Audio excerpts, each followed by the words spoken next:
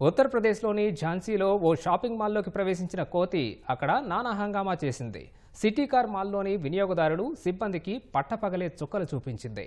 మాల్లోని బట్టలు వస్తువుల్ని చిందరవందర చేసిన ఆ వానరం తన కోతి లక్షణాలను బయటపెట్టింది. కోతి భయానికి కొందరు కస్టమర్లు తోచిన దిక్కుకు పరుగులు తీశారు. మరికొందరు దానికి పళ్లను అందించి శాంతింపజేయడానికి యత్నించారు. భయంతో ఓ మూల నక్కిన యువతి తలపైకి ఎక్కిన ఆ కోతి పేలను చూసింది. దీంతో ఆమె గుండెగినంత పనైంది. ఆమె షూను లాగేసింది. మాల్లోని దుప్పట్లో వానరాన్ని బంధించేందుకు కొందరు యత్నించగా అది అక్కడి నుంచి పరారైంది.